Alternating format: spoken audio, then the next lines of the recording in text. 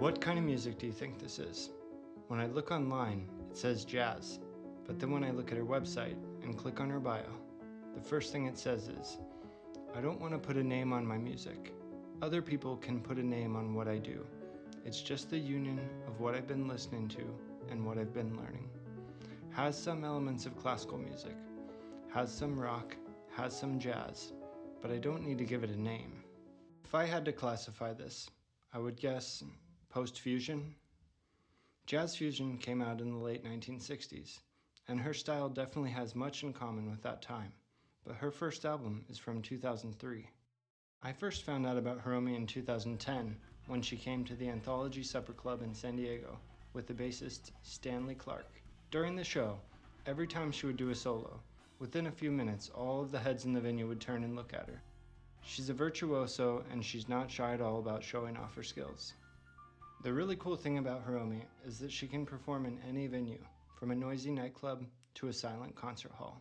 やっぱりすごく興味があります。どういうふうに自分の音楽が受け止められて、どういうふうにこう反応があるのかっていうのはすごく毎回興味があるし、国によっても違うし、会場のタイプによっても違いますし。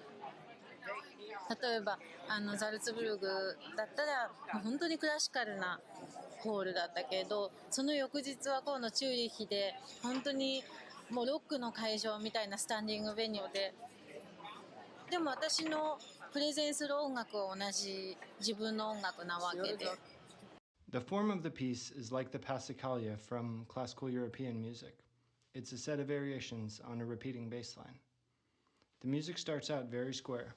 4-bar intro with the repeat sign, but there's a dissonant note that is left unresolved. At letter A, we get a simple periodic melody, but now she's figuring the harmony between the right and left hands. This is easy to listen to, but quite challenging to play. At the end of the 16-bar period, she adds a 2-bar extension to the cadence. The next phrase is a bit more challenging to analyze. It starts just like the period, but then it goes on a little harmonic journey. And it's not until measure 61 that we get a real resolution. This is a 40-bar phrase, and it's accomplished not just by a mastery of harmony and counterpoint, but also excellent phrasing. The first variation starts at measure 65. We get a little rhythmic variation in the bass, and almost immediately she starts shredding with the right hand. In the second variation, she expands the range, and this variation also acts like a transition as it modulates to the relative minor. The third variation starts at measure 99 and modulates back home. It also has a cool metric modulation. When she gets to measure 115, the 8th note triplets actually sound like 16th notes, and the second harmony sounds like it's off the beat.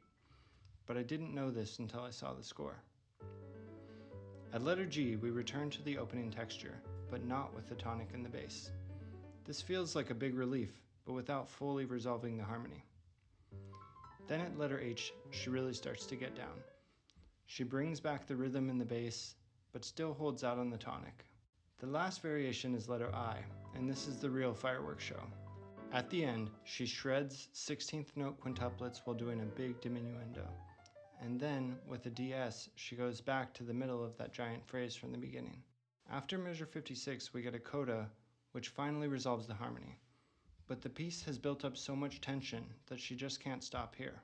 So she plays the bass line a few more times while shredding with the right hand, and then brings the volume way down to end the piece. This is the last track off her second solo album, and it's really one of my favorite modern piano compositions. It's a tonal piece in 4/4, but I've never been bored listening to it. It's definitely influenced by classical music. It's like a Baroque era form, but with Chopin-style phrasing. It's also jazz. Chick Corea was one of the first people that came to my mind when I heard this. Also, you can hear her big influences like Errol Garner and Oscar Peterson. I'm not actually sure how she composed it, but it's cool for me to see the connections through history. If you ever get a chance to see her play live, I would definitely go.